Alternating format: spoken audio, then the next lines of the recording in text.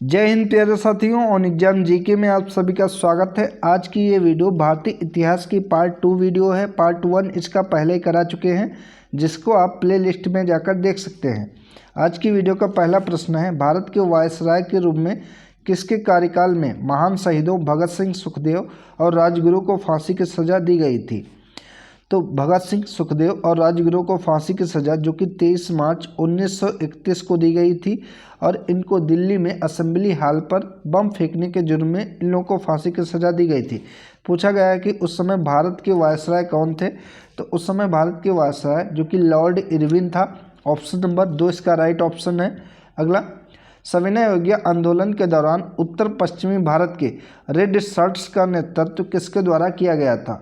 तो red shirts जो कि इसका नेतृत्व खान अब्दुल गफ्फार खान के द्वारा किया गया था।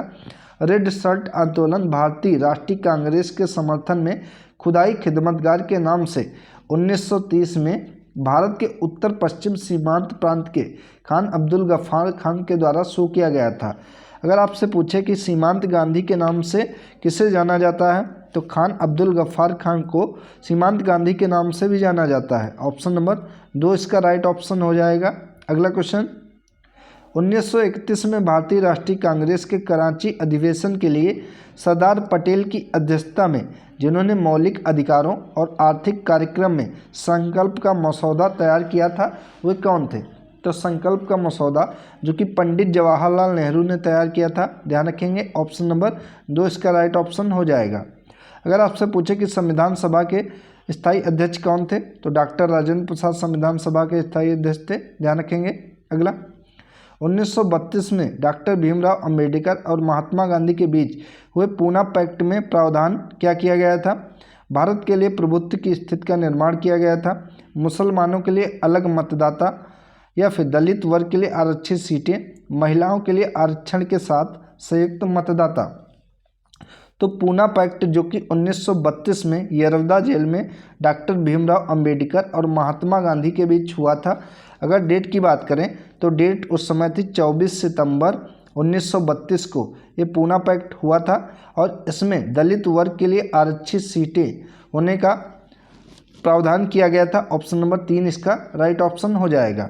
अगला, रामसे मैकडोनाल्ड्स कम्युनल अवार्ड दिया देसी राजकुमारों को प्रिवी पर्स, मुसलमानों को सांप्रदायिक प्रतिनिधित्व करने के लिए, या फिर चुनाव में सिखों को आरक्षण, या फिर दलित वर्गों के लिए अलग निर्वाचक मंडल।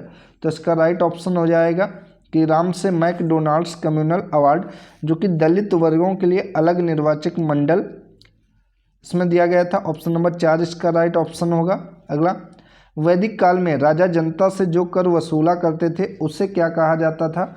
तो वैदिक काल में राजा जनता से जो भी कर वसूलते थे उसे वर्मन कहा जाता था। ऑप्शन नंबर 2 इसका राइट ऑप्शन है। करों को उस समय बाली कहा जाता था, ये भी ध्यान रखेंगे। अगर पूछे कि वैदिक काल में कर को क्या कहा जाता था, तो करों को बाली कहा जाता था और उस समय कृषि उपज का 1/6 हिस्सा जो कि राजाओं को देना होता था। तो ऑप्शन नंबर 2 इसका करेक्ट ऑप्शन हो जाएगा।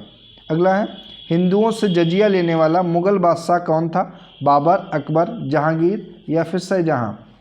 तो हिंदुओं से जजिया लेने वाला मुगल बादशाह जो कि बादशाह अकबर था। ऑप्शन नंबर 2 इसका करेक्ट ऑप्शन है।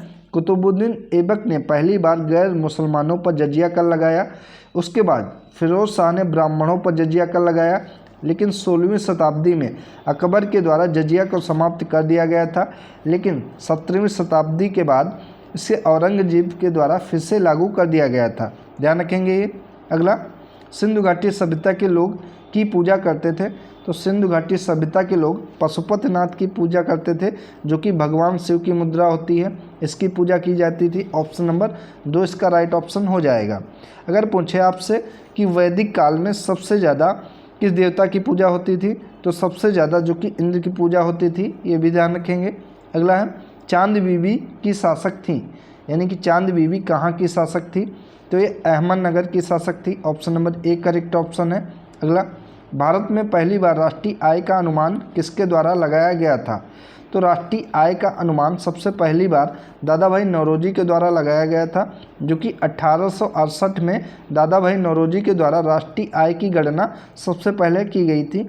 और दादा भाई नौरोजी को ही ग्रेट ग्रैंड ओल्ड मैन के नाम से जाना जाता है।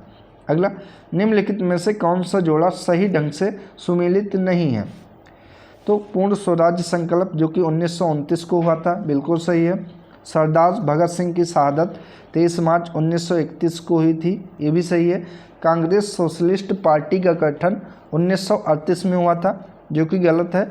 कांग्रेस सोशलिस्ट पार्टी का गठन जो कि 1934 में हुआ था, ये आप लोग ध्यान रखेंगे। और शिमला समझौता या शिमला सम्मेलन जो कि 1945 में हुआ था। तो ऑप्शन नंबर 3 इसका करेक्ट ऑप्शन होगा। अगला है, प्रांतीय स्वायत्तता किस अधिनियम की महत्वपूर्ण विशेषताओं में से एक थी? तो प्रांतीय स्वायत्तता जो कि भारत शासन अधिनियम 1935 की महत्वपूर्ण विशेषताओं में से एक थी। Option number A correct option है। अगला, आदि ग्रंथ का संकलन किसके द्वारा किया गया था? गुरु अर्जुन देव, गुरु गोविंद सिंह, गुरु हरिकृष्ण या फिर गुरु तेग बहादुर जी के द्वारा? तो आदि ग्रंथ जो कि सिखों का एक पवित्र ग्रंथ है, इसका संकलन गुरु अर्जुन देव जी के द्वारा किया गया था। Option number A correct option है। अगला, कृष्णदेव राय द्वारा विद्वानों को दिए गए संरक्षण से किस भाषा को सबसे अधिक लाभ हुआ था? तो कृष्णदेव राय द्वारा विद्वानों को दिए गए संरक्षण से सबसे ज़्यादा लाभ जो कि तेलुगु को हुआ था। ऑप्शन नंबर इसका 3 करेक्ट ऑप्शन है, तेलुगु को हुआ था। अगला, शिवाजी के राज्य की राजधानी क्या थी? तो शिवाजी के राज्य की राजधानी थी रायगढ़। ऑप्शन नंबर 1 इसका करेक्ट ऑप्शन हो जाएगा। अगला क्वेश्चन, 1776 में पुरंदर की संधि किसके बीच हुई थी? हैदराबाद के अंग्रेज और निजामों के बीच, मराठा और पुर्तगालियों के बीच, मराठा और अंग्रेज़ों के बीच या फिर अंग्रेज और मैसूर के सुल्तानों के बीच में? तो 1776 में जो पुरंदर की संधि हुई थी वो मराठाओं और अंग्रेज़ों के मध्य हुई थी। ऑप्शन नंबर 3 इसका राइट ऑप्शन है। ठीक है। अगला, निम्नलिखित में से दक्षिण भारत में जैन धर्म को ले जाने का श्रेय किसे दिया जाता है? सुधर्मना, इंद्रभूत, भद्रभाव या फिर स्थूलभद्र को? तो जैन धर्म को दक्षिण भारत में ले जाने का श्रेय जो कि भद्रभाव को दिया जाता है और भद्रभाव के द्वारा ही कल्पसूत्र की रचना की गई है। इम्पोर्टेंट है ये, पूछता है कि कल्पसूत्र की रचना किसके द्वारा की गई है? तब इसका आंसर होगा कि भद्रभाव के द्वारा, जो कि जैन धर्म को दक्षिण भारत में ले जाने वाले थे, इनके द्वारा ही कल्पसूत्र की रचना की गई है। अगला, शतपथ ब्राह्मण किससे संबंधित है? तो शतपथ ब्राह्मण जो कि यजुर्वेद से संबंधित है। ऑप्शन नंबर इसका हो जाएगा 2। अगर पूछे सबसे पुराना वेद कौन सा है, तो सबसे पुराना वेद जो कि ऋग्वेद है। और सबसे नया वेद अगर पूछे तो सबसे नया वेद आपका हो जाएगा अथर्ववेद। अगर वेद त्रयी पूछे कि वेद त्रयी या त्रिवेद किसे कहा जाता है, तो ऋग्वेद, यजुर्वेद व सामवेद को वेद त्रयी के नाम से जाना जाता है, लेकिन अथर्ववेद इसमें शामिल नहीं है, ये ध्यान रखेंगे। तो इसका राइट ऑप्शन हो जाएगा Yajurveda. Option number 2 correct option है। अगला, गायत्री मंत्र किससे समर्पित है? सावित्री, एक सौर देवता को, सूर्य देवता को, सोम नशीले रस के देवता को या फिर मारुत तूफान के देवता को?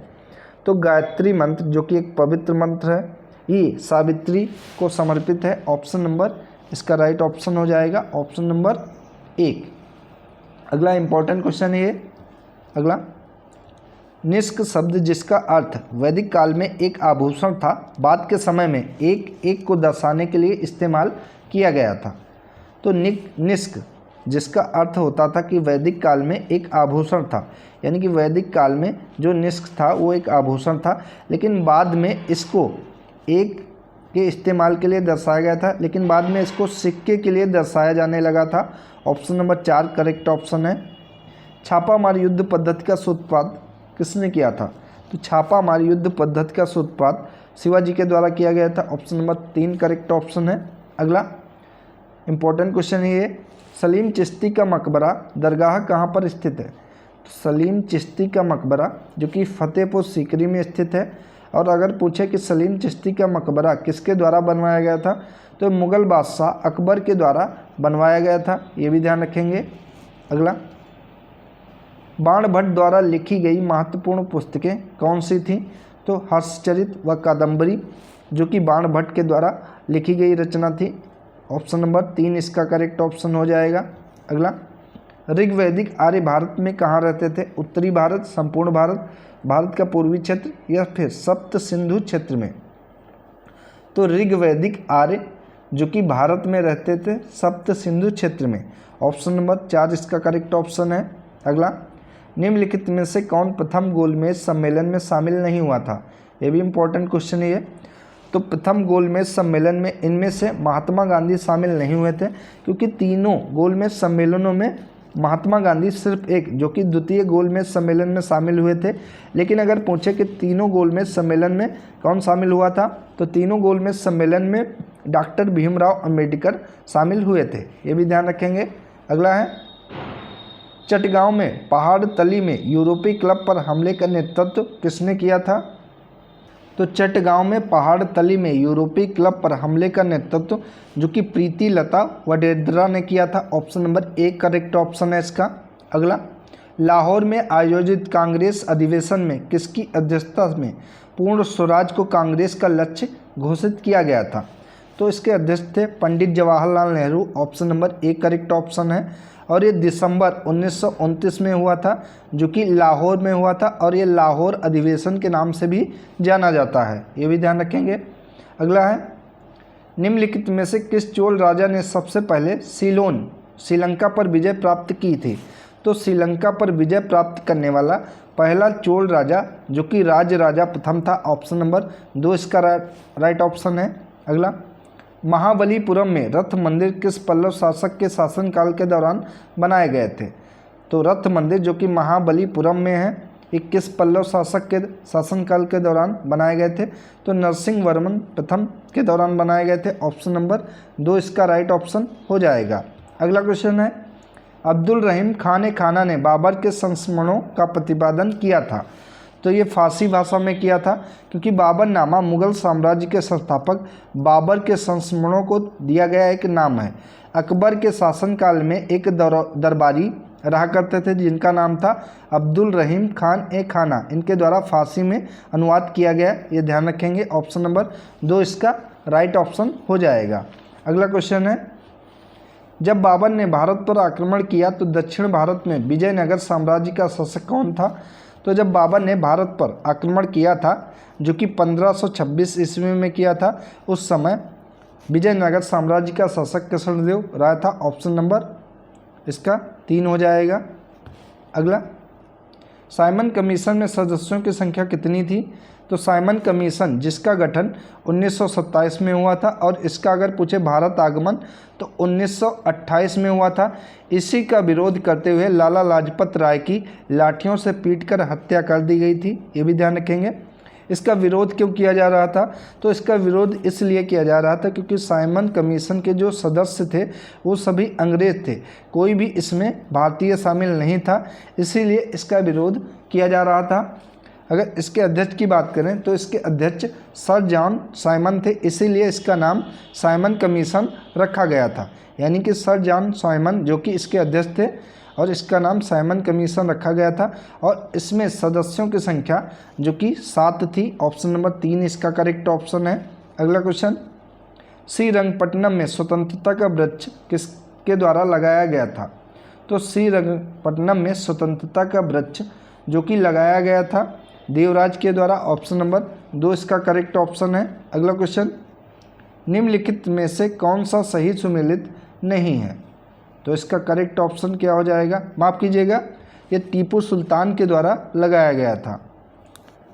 ऑप्शन नंबर 4 इसका करेक्ट ऑप्शन होगा। अगला है, निम्नलिखित में से कौन सा सही सुमेलित है?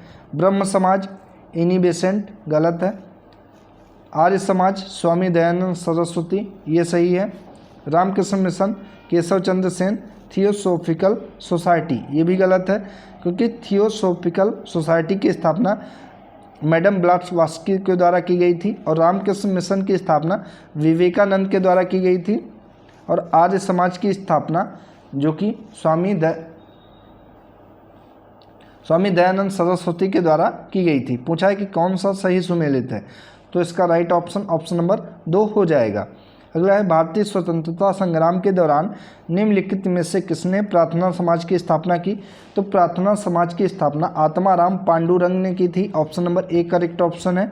अगला, निम्नलिखित में से किस पल्लव राजा ने महान चालुक्य राजा पुलकेशिन द्वितीय को हराने और वध करने के बाद वातापिकोंडा की उपाधि धारण की थी? तो ये नरसिंह वर्मन प्रथम ने की थी। ऑप्शन नंबर 1 करेक्ट ऑप्शन है। इसके द्वारा चालुक्य राजा पुलकेशिन द्वितीय को हराने और वध करने के बाद इनको वातापिकोंडा की उपाधि दी गई थी नरसिंह वर्मन प्रथम को। ऑप्शन नंबर 1 करेक्ट ऑप्शन है। अगला, यूनेस्को सांस्कृतिक विश्व धरोहर स्थल हुमायूं का मकबरा का निर्माण कहाँ पर किया गया था? तो हुमायूं के मकबरे का निर्माण किसके द्वारा कराया गया था? तो ये बेगा बेगम के द्वारा कराया गया था, जो कि 1569 में कराया गया था। और बेगा बेगम कौन थी अगर पूछे तो ये हुमायूं की पत्नी थी, ये भी ध्यान रखेंगे। ऑप्शन नंबर 1 करेक्ट ऑप्शन है। अगला, भू राजस्व निर्धारित करने के लिए खेती योग्य भूमि के माप के सिद्धांत को अपनाने वाला पहला सुल्तान कौन था? तो ये अपनाने वाला पहला सुल्तान जो कि अलाउद्दीन खिलजी था। ऑप्शन नंबर 3 करेक्ट ऑप्शन है। अलीगढ़ की साइंटिफिक सोसाइटी की स्थापना किसके द्वारा की गई थी? तो अलीगढ़ की साइंटिफिक सोसाइटी की स्थापना सर सैयद अहमद खान के द्वारा की गई थी। 3 करेक्ट ऑप्शन है। अगला, मुसलमानों के हित में पहली बार सांप्रदायिक प्रतिनिधित्व किसके द्वारा किया गया था? तो ये 1909 का भारतीय परिषद अधिनियम था, ध्यान रखेंगे। इसके द्वारा ही मुसलमानों के हित में पहली बार सांप्रदायिक प्रतिनिधित्व किया गया था। ऑप्शन नंबर 1 करेक्ट ऑप्शन है। अगला, शुंग वंश का संस्थापक कौन था? तो शुंग वंश का संस्थापक जो कि पुष्यमित्र शुंग था। इंपॉर्टेंट क्वेश्चन ये। और अगर इसकी राजधानी पूछे कि शुंग वंश की राजधानी क्या थी, तो इसकी राजधानी पाटलिपुत्र थी, ये भी ध्यान रखेंगे। अगला, चतुर्थ बौद्ध संगीत के अध्यक्ष कौन थे? तो चतुर्थ बौद्ध संगीत के अध्यक्ष जो कि वासुमित्र थे, ध्यान रखेंगे। और पूछे कि चतुर्थ बौद्ध संगीत कहाँ हुई थी, तो ये कुंडलवन कश्मीर में हुई थी, ये भी ध्यान रखेंगे। अगला क्वेश्चन है, निम्नलिखित में से कौन सी बाबर की जीत का सही क्रम है? तो बाबर के द्वारा सबसे पहले पानीपत की लड़ाई की गई, उसके बाद खानवा की गई, उसके बाद चंदेरी की गई, उसके बाद घाघरा की गई। तो इनमें से पानीपत, खानवा, चंदेरी, घाघरा, पानीपत, खांडवा, चंदेरी और घाघरा। ऑप्शन नंबर 3 इसका करेक्ट ऑप्शन है। जो कि पानीपत का जो युद्ध है वो 1526 में इब्राहिम लोदी और बाबर के मध्य हुआ था। और खंडवा का युद्ध या खानवा का युद्ध जो कि 1527 में राणा सांगा और बाबर के मध्य हुआ था। चंदेरी का युद्ध जो कि 1528 में हुआ था। और घाघरा का युद्ध जो कि 1529 में हुआ था, जो कि बाबर के द्वारा ये लड़े गए 4 महत्वपूर्ण युद्ध हैं, बहुत ही इंपॉर्टेंट हैं। अगर मुगल काल से क्वेश्चन बनता है तो यहाँ से बनने के बहुत चांसेस होते हैं बाबर से। अगला है, निम्नलिखित में से किसने तंबाकू के उपयोग को प्रतिबंधित किया था? यानी कि पूरी तरीके से तंबाकू को बैन करने वाला इनमें से शासक कौन था? अकबर, जहांगीर, शाहजहां या फिर औरंगजेब? तो इनमें से जहांगीर था। ऑप्शन नंबर 2 इसका राइट ऑप्शन हो जाएगा। जहांगीर ने ही तंबाकू को पूरी तरीके से बैन किया था, यानी कि प्रतिबंध लगाया था। मुगल काल में पोलाज क्या था? वार्षिक खेती योग्य भूमि, छोड़ी गई पड़ती भूमि, अनुपजाऊ भूमि या फिर बंजर भूमि को पोलाज कहा जाता था। तो पोलाज जो कि वार्षिक खेती योग्य भूमि थी, इसे ही मुगल काल में पोलाज कहा जाता था। ऑप्शन नंबर 1 करेक्ट ऑप्शन है। अगला, निम्नलिखित में से कौन मेघदूतम के लेखक हैं?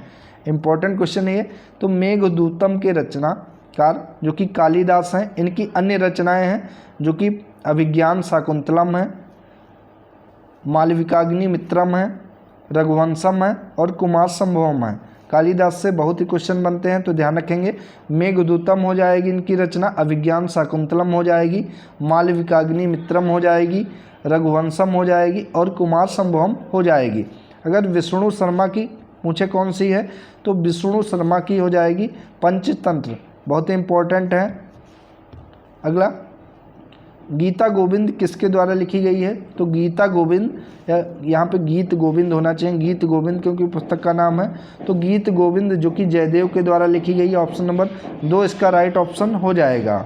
अगला क्वेश्चन, गुप्तों के शासनकाल में भारत का भ्रमण करने वाला विदेशी यात्री कौन था? तो गुप्तों के शासनकाल में भारत का भ्रमण करने वाला विदेशी यात्री फाहियान था, यहाँ पे फाहियान होगा, जो कि एक चीनी यात्री था। अगर पूछे किसके शासनकाल में भारत आया था, तो चंद्रगुप्त द्वितीय के शासनकाल में ये भारत आया था, फाहियान। अगला, 1909 के इंडियन काउंसिल एक्ट को किस नाम से भी जाना जाता है? तो 1909 का जो इंडियन काउंसिल एक्ट था, इसे माले मिंटो सुधार के नाम से भी जाना जाता है। ऑप्शन नंबर 4 इसका राइट ऑप्शन हो जाएगा। अगला, 1799 में तीसरे मैसूर युद्ध में टीपू सुल्तान की हार हुई थी। तो 1799 का जो तीसरा मैसूर युद्ध हुआ था, उसमें टीपू सुल्तान की हार किससे हुई थी? तो लॉर्ड कॉर्नवालिस से हुई थी। Option number A correct option है। तो दोस्तों, ये थी महत्वपूर्ण वीडियो। ऐसी और वीडियो आएंगी जो कि आपके यूपीपी एग्ज़ाम के लिए बहुत ही महत्वपूर्ण होंगी। तो आप सभी लोग वीडियो को लाइक करें, शेयर करें और चैनल को सब्सक्राइब करें। धन्यवाद दोस्तों।